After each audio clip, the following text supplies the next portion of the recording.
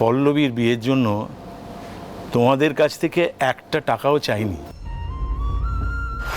এরম গোমরা মুখ করে থাকলে বাড়ির সবাই কি ভাববে বলো দেখি? হ্যাঁ, বাড়িতে এখন বিয়ে লেগেছে, সবার মনে কত আনন্দ। তুমি যদি এরকম বাংলার পাঁচের মতো মুখ করে থাকো, তাহলে সবার আনন্দে সেটা জল ঢেলে দেওয়া হবে না?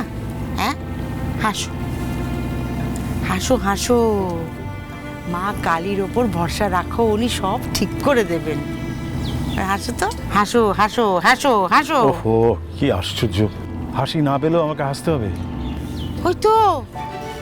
হয়তো আমি তোমার মনের ভিতরে হাসি দেখতে পেলাম। হাসো হাসো হাসো হাসো হাসো হাসো। এই তো এসেছে বাধ্য বর, আমার সমস্ত কথা শোনে। চলো চলো, এবার বাড়ি চলো, বাড়ি চলো, চিন্তা করো না, এসো এসো, চলো তো চলো।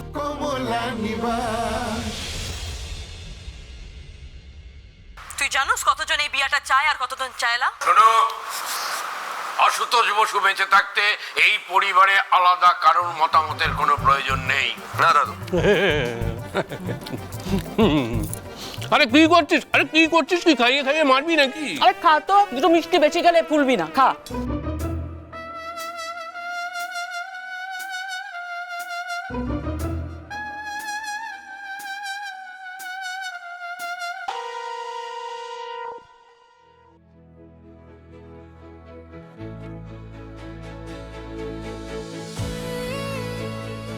ওই তো বাবা মা চলে এসছে তো। এই বিট্টু, যা যা যা, ঘরে যা, পড়তে বস। সারাদিন শুধু টই টই। আমি জলটা নিয়ে আসছি, দাঁড়া। এই শান্তনু, টিভিটা বন্ধ কর। ভোটের রেজাল্ট। বাবা জল।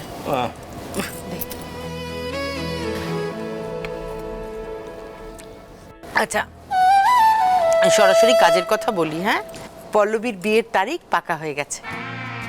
বাহ, কও কি বৌমা, এ তো খুব খুশির খবর। তাইলে তো আর কোনো চিন্তা নাই। ব্যাস, তাহলে হয়ে গেল। বাবা, আজ এই খুশিতে 3 কেজি মাটন আনবে, আমরা সবাই কবজি ডুবিয়ে খাবো। আর আমি বাড়ির জন্য টিফিন বক্সে করে একটু নিয়ে যাবো।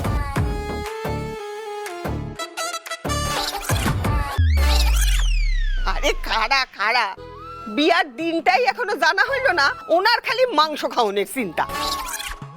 আগামী বৃহস্পতিবার। বৃহস্পতিবার? 1 2 3 4 দিনের মধ্যে? কিছু তো করার নেই। আসলে ভট্টাচার্য মশাই বললেন যে এই সামনের বৃহস্পতিবার যদি ওর বিয়েটা না দেওয়া যায়, তাহলে আগামী 6 মাস আর কোনো শুভ দিন নেই। তো অতদিন তো আমরা অপেক্ষা করতে পারবো না অগত্যা।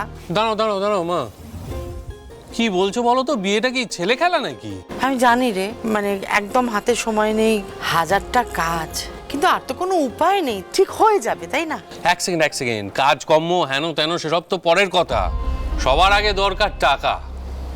মাত্র 4 দিনের মধ্যে বাবা, 4 দিনের মধ্যে তুমি বিয়ের সব খরচ জোগাড় করে ফেলতে পারবে? দেখ, আমাকে ভুল বুঝো না, কিন্তু কি বলো তো, বেশ কিছুদিন ধরেই আমার তো কাজে কর্মে একেবারে শনির দশা চলছে। তাই ইচ্ছে থাকলেও আমি তো এই মুহূর্তে কোনো সাহায্য করতে পারবো না। আমি জানি যে পল্লবীর বর্দা হিসেবে আমার কিছু দেওয়া উচিত, কিন্তু কি করব বলো, আমার তো কোনো উপায় নেই। আমাদের তো 2 ছেলে আছে, বিপদের সময় ওরা নিশ্চয়ই আমাদের পাশে দাঁড়াবে। আমি সে আশাও করি না। সব অপদার্থ পোলাপান। ওই যে কয় না, কাজের বেলায় কাজই, আর কাজ ফুরাইলেই পাজি। সেভিংস একেবারে জিরো, ভাঁড়ে মা ভবানী অবস্থা।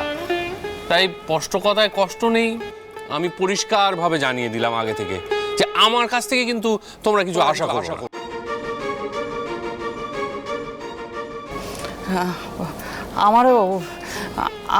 আমিও মানে আমার থেকেও তেমন কিছু আশা করো না বাবা। সমর্থ চাকরি করে, মাইনে টাইনে পায়, আমি তো ঘরের বউ, মাইনে টাইনের বালাই নেই। আর মনীষের কাছে যে চাইবো সে সাহসও পাই না, শুনলেই 4টে কথা বলে দিয়ে 4 দিনের জন্য মুখ দেখাই বন্ধ করে দেবে। সে তোর মুখ দেখা বন্ধ করলে আমরা কথা বলতে পারি, মানে রিকোয়েস্ট তো করতে পারি। করি আবার তাকাচ্ছিস কি? দেখ, আমি কিন্তু কনভিন্স খুব ভালো করতে পারি, সে আমার পকেট যতই ফাঁকা থাকুক।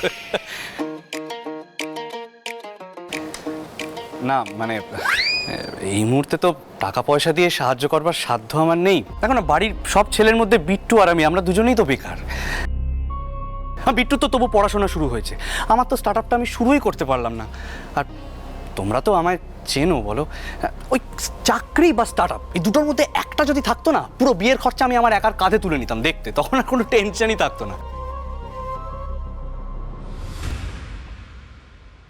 সত্যি কথা বলতে এই মুহূর্তে সিচুয়েশনটা না খুবই বাজে। মানে ওই কচুরি খাওয়ার জন্য বউয়ের থেকে 20 টাকা ধার করে নিতে হয় আমার। মানে সেখানে আমি সরি। মানে বাবা, বিয়েতে কত খরচা হতে পারে, মানে তাও একটা আইডিয়া?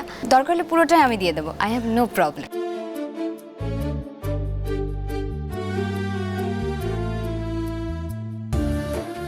আর আপনারা ঠিক যেভাবে বিয়েটা দেবেন ভেবেছেন সেভাবেই প্ল্যান করুন, খরচা নিয়ে কোনো চিন্তা করতে হবে না।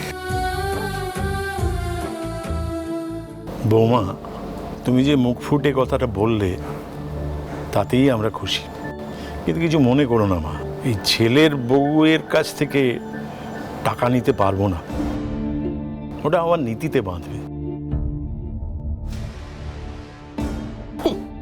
বাকি সবাই একটা কথা ভালো করে বুঝে নাও, কমলা বা আমি পল্লবীর বিয়ের জন্য তোমাদের কাছ থেকে একটা টাকাও চাইনি, চাইবও না। এতক্ষণ তোমরা যেসব কথা বলে গেলে নিজেদের মতো করে ভেবে বললে। দেখো, আমাদের হাতে সময় কম, সময়ের অনুপাতে কাজ অনেক বেশি, তাই সবাই মিলে যাতে কাঁধে কাঁধ মিলিয়ে কাজগুলো ভাগ করে নিতে পারো, বোনের বিয়েতে হাত লাগাতে পারো, সেই জন্যই তো সবাই এক হওয়া, টাকার জন্য নয়। আর আশা করি তোমরা সবাই ওই গানটা শুনেছো, সামনে দিন জোড় লড়াই, জোট বাঁধো, তৈরি হও। তো জোট বাঁধতে গেলে কিংবা তৈরি হতে গেলে সবসময় টাকার দরকার পড়ে না, একটা হাতের ওপর আর একটা হাত রাখলেই লড়াইটা অনেক সহজ হয়ে যায়। আর একটা কথা কি জানো, এই আনন্দের দিনে এই টাকা পয়সা আসে সবার শেষে, আসল কথা হচ্ছে সদিচ্ছা। তোমাদের সবার মধ্যে সেই সদিচ্ছা জন্ম নিক, বাকি সব কথা তারপরে চিন্তা করা যাবে। পারলে মন থেকে পাশে থাকো, বোনের বিয়ের আনন্দের খাটনিগুলো হই হই করে খেটে দাও, বাকি যে টাকার লড়াইটা ওটা আমরা লড়ে নেব। কারণ দিনের শেষে পল্লবী আমাদের মেয়ে। যদিও আজকের পরেও আমি বিশ্বাস করি পল্লবীর বাবার মতো দাদা দিদিরাও ওকে সমান ভালোবাসে।